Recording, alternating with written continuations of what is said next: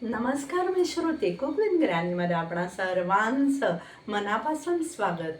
उपास असला की घरामध्ये साबुदाण्याची खिचडी, भगर आमटी, उपासाचं थालीपीठ हे तेच ते पदार्थ वारंवार केले जातात. साबुदाणा तर आवडतो, खावासा वाटतो, पण पित्त होतं. काय करूयात? तर आज आपण त्याच साबुदाण्याचं वेगळा प्रकार करून पाहूयात की ज्याच्यामुळे पित्त होणार नाही, जे तेलकट आणि तुपट नसेल आणि वारंवार खावंसंसुद्धा वाटेल. चला तर मग सुरुवात करूयात. तत्पूर्वी तुम्ही जर माझ्या चॅनलला अजूनही सबस्क्राईब केलं नसेल तर पटकन सबस्क्राईब करा आणि बेल आयकॉनवरती क्लिक करायला अजिबात विसरू नका.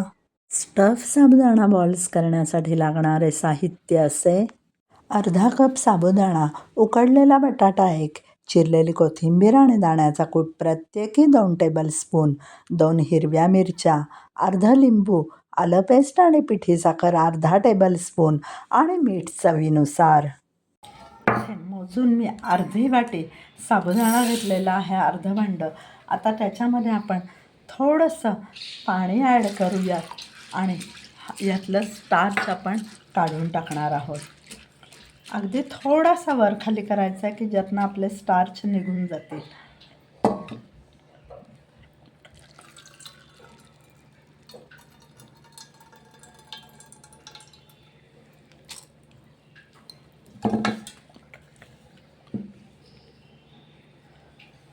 आता त्याच्यामध्ये पाणी घालून आपण हा साबुदाणा पहा, पाणी हे फक्त 4 बोटावरती बुडेल एवढंच घातलेलं आहे. आता हा साबुदाणा आपल्याला भिजत ठेवायचा आहे. साधारण 5 तास आपण ह्याला भिजत ठेवूयात. साबुदाणा भिजेपर्यंत आपल्याला स्टफिंग तयार करायचं आहे. त्यामुळे आता आपण इथे स्टफिंगसाठी 2 मध्यम आकाराचे बटाटे उकडवून घेतलेले आहेत. आपल्याला त्याची आता सालं काढून घ्यायची आहेत.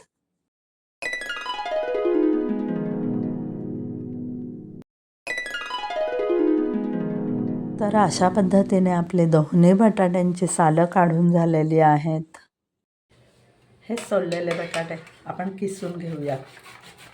साबुदाण्याच्या अजूनही काही युनिक रेसिपीज जर तुम्हाला माहिती असतील तर त्या तुम्ही मला जरूर कळवा कमेंट करून. आपण त्या चॅनलवर दाखवण्याचा नक्की प्रयत्न करू.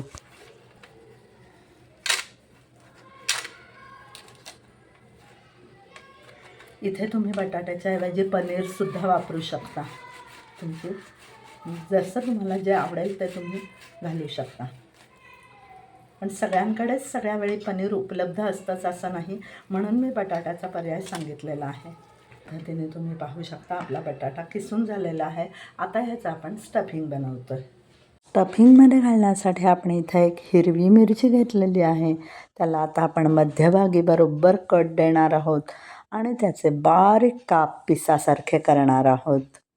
हे मिरचीचे काप आता आपण किसलेल्या बटाट्यामध्ये ॲड करूयात.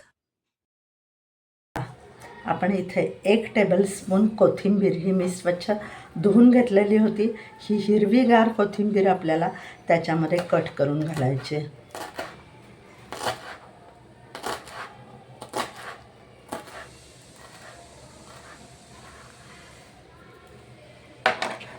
ही कोथिंबीर तुम्ही पाहू शकता, ही आपण त्याच्यामध्ये घालत आहोत.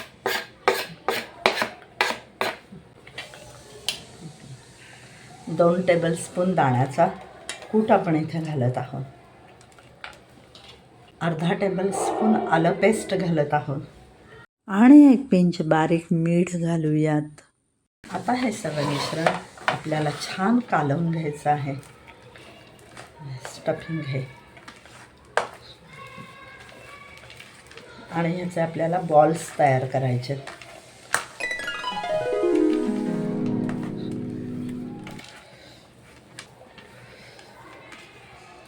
तुम्ही पाहू शकता हे अतिशय सुंदर मिश्रण तयार झालेलं आहे. तर ह्याचे आपल्याला छोटे छोटे बॉल्स तयार करायचे. आपण हे साधारण एवढे बॉल्स तयार करणार आहोत. असे सगळे बॉल्स आपण तयार करून घेऊयात.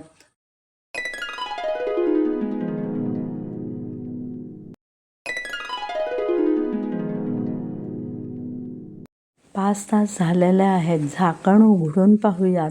अरे वा, तुम्ही पाहू शकता साबुदाणा अतिशय छान भिजलेला आहे आणि प्रत्येक दाणा फुललेला आहे. भिजलेल्या साबुदाण्यात आता आपण घालणार आहोत 1 पिंच बारीक मीठ. एकच पिंच एवढ्यासाठी की आपण ऑलरेडी स्टफिंगमध्ये मीठ घातलेलं आहे, त्यामुळे जास्त खारट व्हायला नको. व्यवस्थित साबुदाणा कालवून घेऊयात. कालवताना पाऱ्या केल्या जातील असं कालवायचं आहे. साबुदाणा फार मोडायचा पण नाही आहे. तो फार स्मॅश केल्यानं की त्यातला साबुदाणा न दिसता ते अगदी पिठूळ होईल. कालवलेल्या साबुदाण्याची असे हातावरती थापून, तळहातावर थापून छोटीशी पारी करून घेऊयात. मोदकासाठी करतो ना, तशी आपल्याला ती पारी करून घ्यायची आहे. त्या पारीवरती स्टफिंगचा एक बॉल ठेवूयात आणि पुन्हा वरनं साबुदाण्याचे असं दाबून छान पारी घट्ट हे करूयात आणि अक्षरशः लाडू वळतो ना, तसा लाडू वळायचा आहे. स्टफिंग बाहेर येता कामा नये, दिसता कामा नये. पण लाडू मात्र त्याचा किंवा बॉल मात्र असा घट्ट झाला पाहिजे की जो उकडताना, वाफवताना सुटून येता कामा नये. अशा पद्धतीने स्टफिंग घालून आपण सगळे बॉल्स तयार केलेले आहेत. ते आपल्याला उकडवून घ्यायचे आहेत. तुम्ही पाहू शकता इथं आपण स्टीमरचं जाळीचं भांडं घेतलेलं आहे आणि त्या भांड्याला आता आपण आतून तेल स्प्रेड करून घेऊयात. म्हणजे आपले जे बॉल्स आपण त्याच्यामध्ये ठेवणार आहोत वाफवण्यासाठी ते भांड्याला चिकटून राहणार नाहीत. हे सगळे साबुदाणा स्टफिंग बॉल्स आता आपण स्टीमरच्या भांड्यामध्ये ठेवूयात. साबुदाण्याच्या पारीमध्ये स्टफिंग भरेपर्यंत इकडे मी स्टीमरमध्ये ऑलरेडी पाणी आधण येण्यासाठी ठेवले होते. त्यावर आता आपण जाळीचं वरचं भांडं ठेवून त्याला आपण झाकण लावणार आहोत. छान आधण आलेलं तुम्ही पाहत असाल.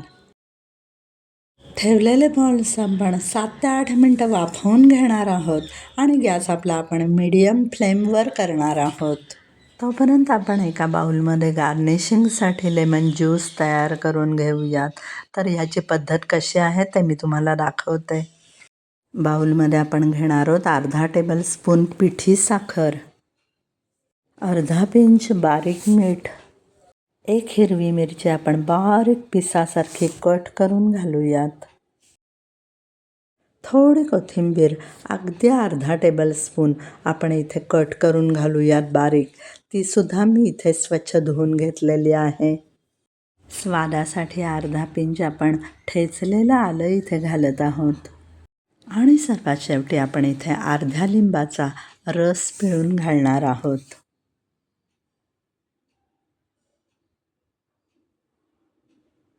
सगळं छान घातलेलं मिश्रण आपण लिंबाच्या रसामध्ये हलवून घेऊयात आणि आता हे तयार झालं आपलं गार्निशिंग लेमन वॉटर. पुरती 8 मिनटं झालेली आहेत. चला तर आपण झाकण काढूयात आणि बॉल्स वाफवले गेलेले आहेत की नाही ते पाहूयात. वाफवले गेलेत की नाही हे पाहण्यासाठी बोटाने थोडंसं दाबून पाहायचं. नीट वाफवले गेले असतील तर बोटाला चिकटपणा लागणार नाही.